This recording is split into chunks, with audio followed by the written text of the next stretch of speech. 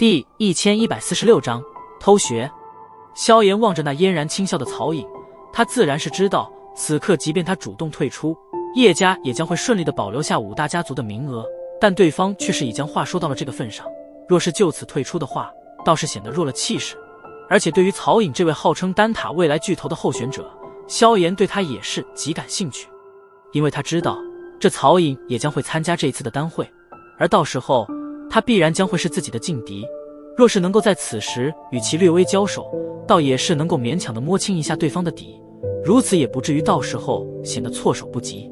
当然，灵魂力量的比拼自然不能代表炼药术的强悍与否，但却是能够管中窥豹，对对方的一些实力有着一种大致的了解。